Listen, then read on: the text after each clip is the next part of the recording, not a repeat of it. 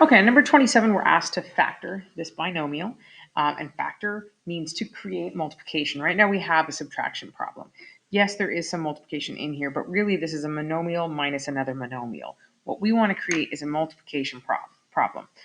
So in order to do that, we're going to look for the greatest common factor. Basically, the biggest thing that goes into both 3y cubed and a minus 9y cubed. And the best way to do about that is to think about it in two pieces.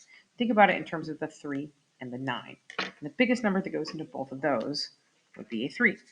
All right, 3 is the biggest number that goes into both 3 and 9. Then I think about it in terms of the y pieces. There's a y cubed and there's a y squared.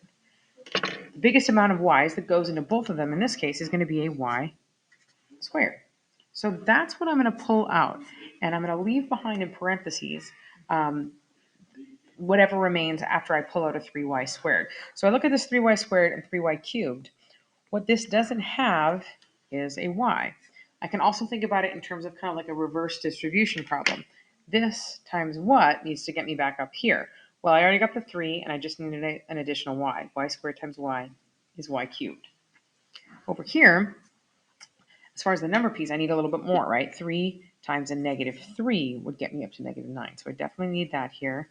And then it looks like I don't need any more y's. So that is actually my final answer. I have factored. I have created multiplication. So I put a little dot there, which you normally wouldn't write in your final answer. So my true final answer would just be 3y squared times y minus 3. And that is it. Hope this is helpful. Message me anytime with questions.